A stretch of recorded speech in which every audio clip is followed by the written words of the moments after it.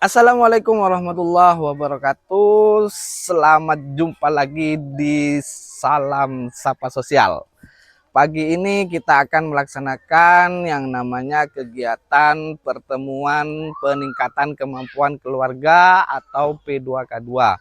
Yang mana dalam P2K2 pagi ini kita akan membahas tentang judi online.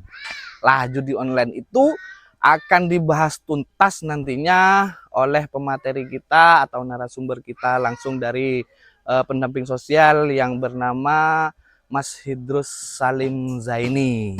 Jadi judi online yang akan kita bahas pada P2K2 kali ini. Untuk itu simak terus channel Sapa Sosial.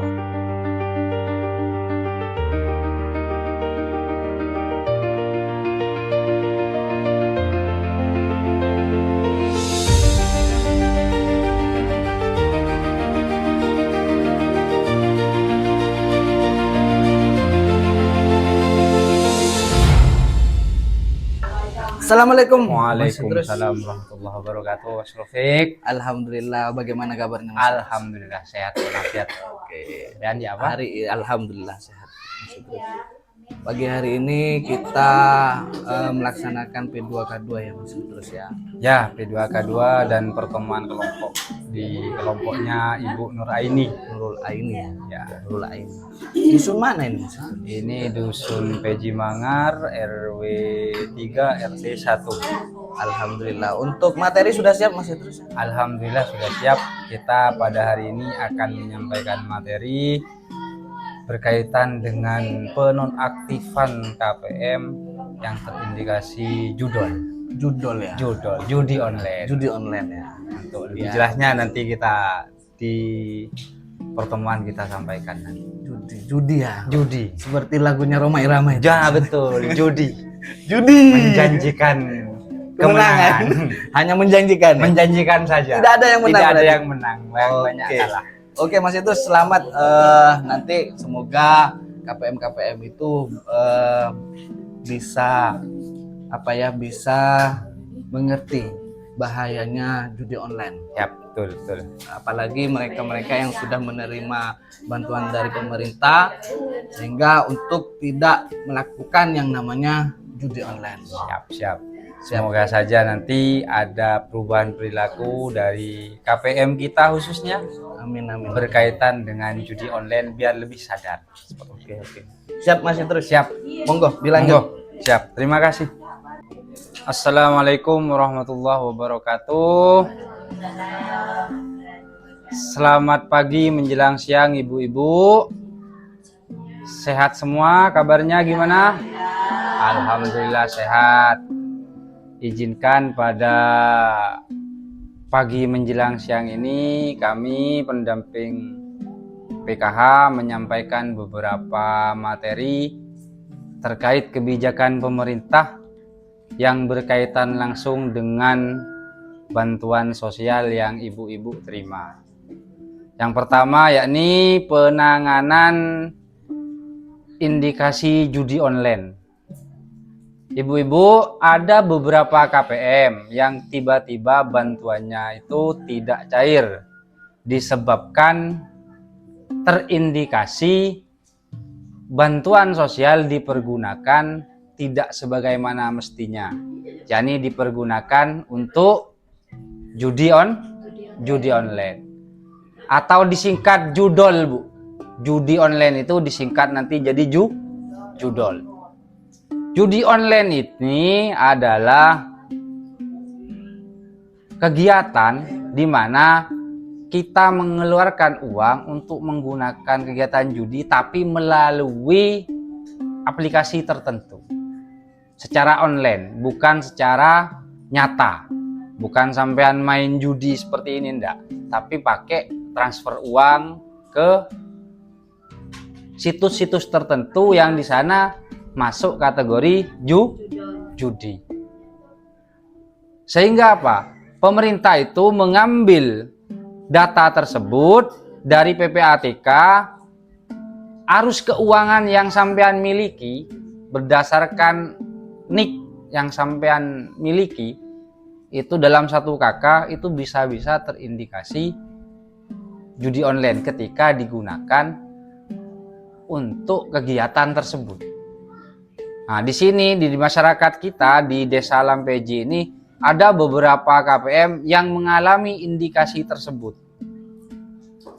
Nah, ketika sampean terindikasi judi online, maka otomatis sampean dinonaktifkan kepesertaannya sebagai penerima bansos.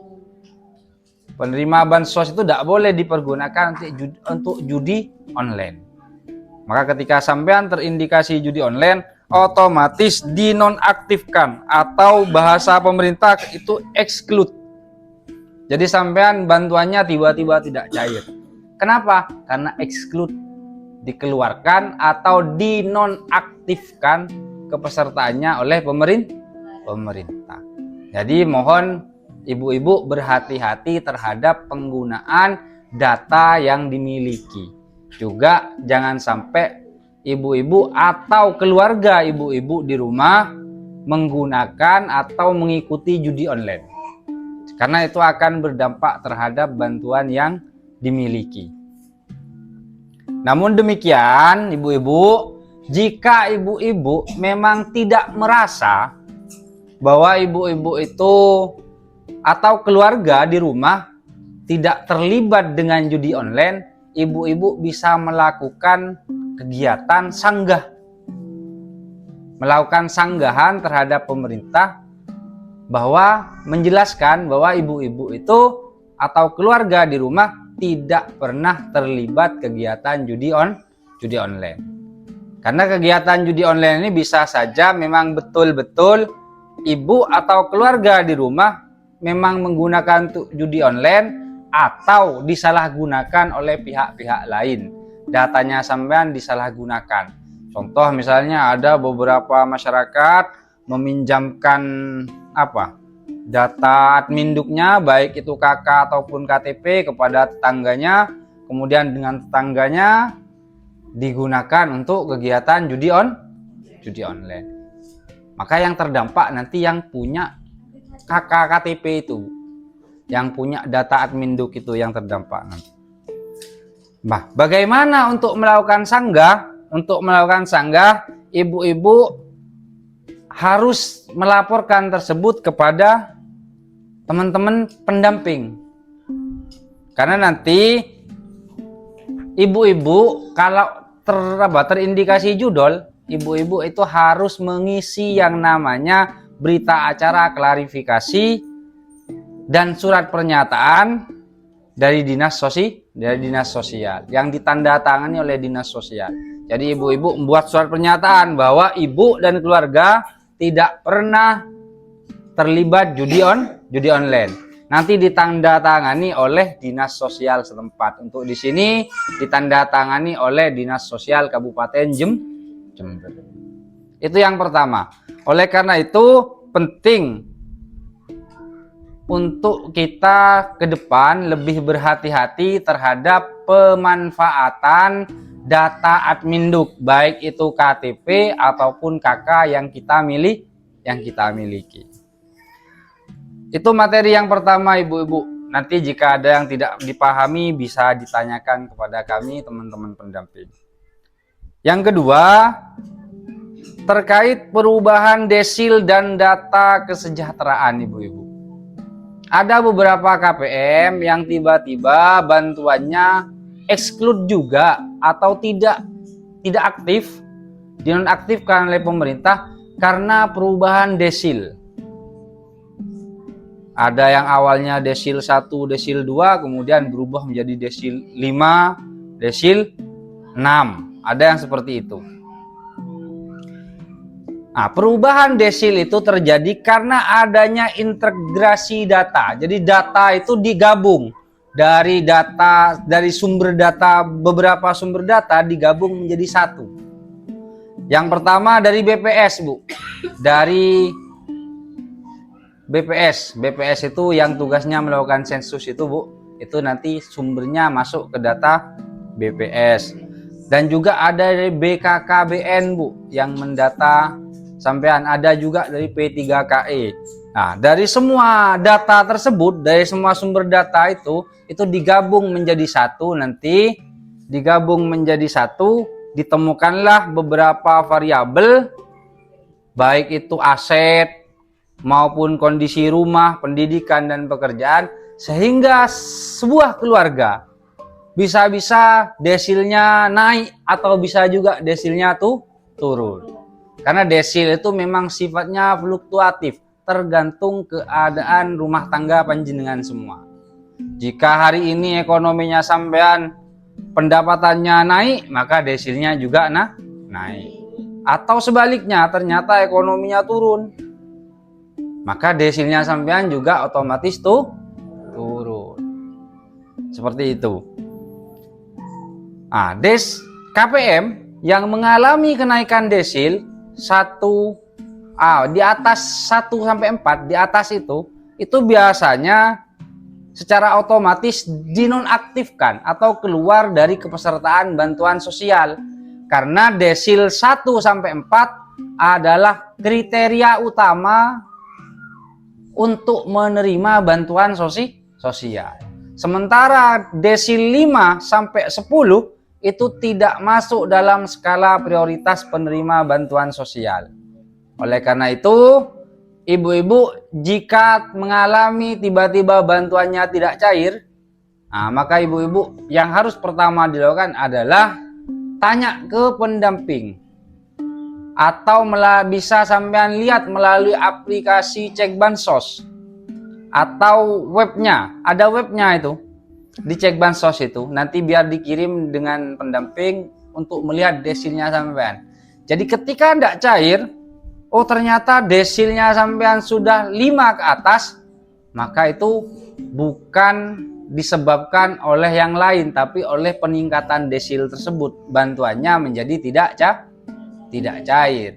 Karena berarti secara otomatis sampean dikeluarkan atau dinonaktifkan dari kepesertaan penerima bantuan sosial. Cuma ibu-ibu, jika sampean tidak merasa desilnya sampean anggap tidak sesuai, misalnya sampean desilnya 6, sampean menganggap itu tidak sesuai, sampean masih bisa melakukan request, meminta kepada pemerintah untuk melakukan pembaruan data melalui aplikasi Cek Bansos. Nanti kita juga sampaikan aplikasi Cek Bansos itu gimana menggunakannya, memanfaatkan aplikasi Cek Bansos itu. Di sana ada satu menu, di sana ada namanya request pembaruan data. Dengan menu ini sampean yang desilnya 6, 5, 6 sampai 10 dan merasa itu tidak sesuai dengan kondisi kenyataan rumah tangga sampean, maka sampean bisa melaksanakan pembaruan desil tersebut. Cuma tidak serta-merta ketika sampean hari ini request pembaruan desil, besok turun. Tidak seperti itu, Ibu. Dikaji lagi dengan pemerintah. Betul tidak? Ibu A ini berapa pendapatannya, rumahnya bagaimana, asetnya apa saja, itu nanti dicek lagi. Dari materi yang saya sampaikan tadi, Ibu-ibu, ada 3 poin penting yang harus sampean ingat-ingat. Yang pertama, sampean tidak boleh sembarangan meminjamkan baik itu KTP atau kartu keluarga kepada orang lain. Kenapa? Karena rawan disalahgunakan, Ibu-ibu.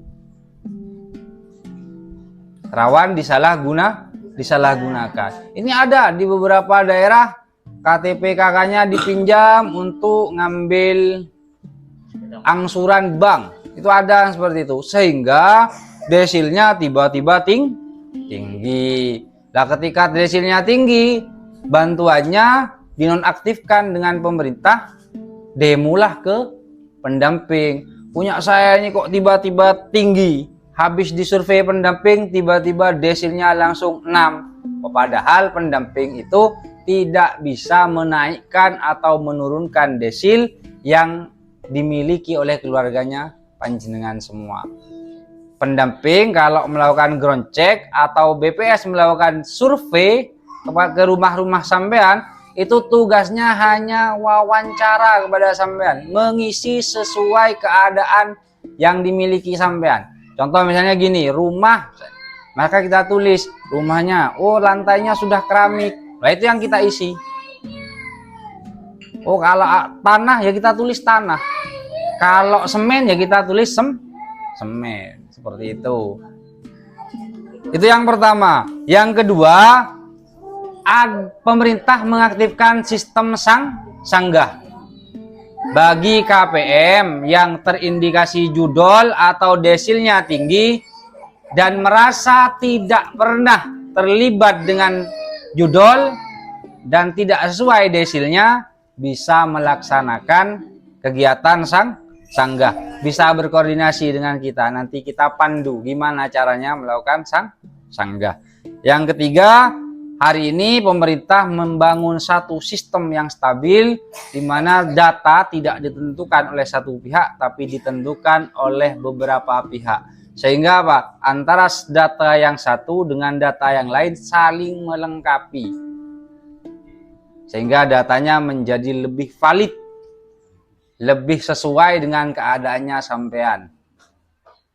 Kira-kira itu yang bisa saya sampaikan, kurang lebihnya mohon maaf. Nanti kalau ada pertanyaan kita tanya jawab dan diskusikan di sesi berikutnya.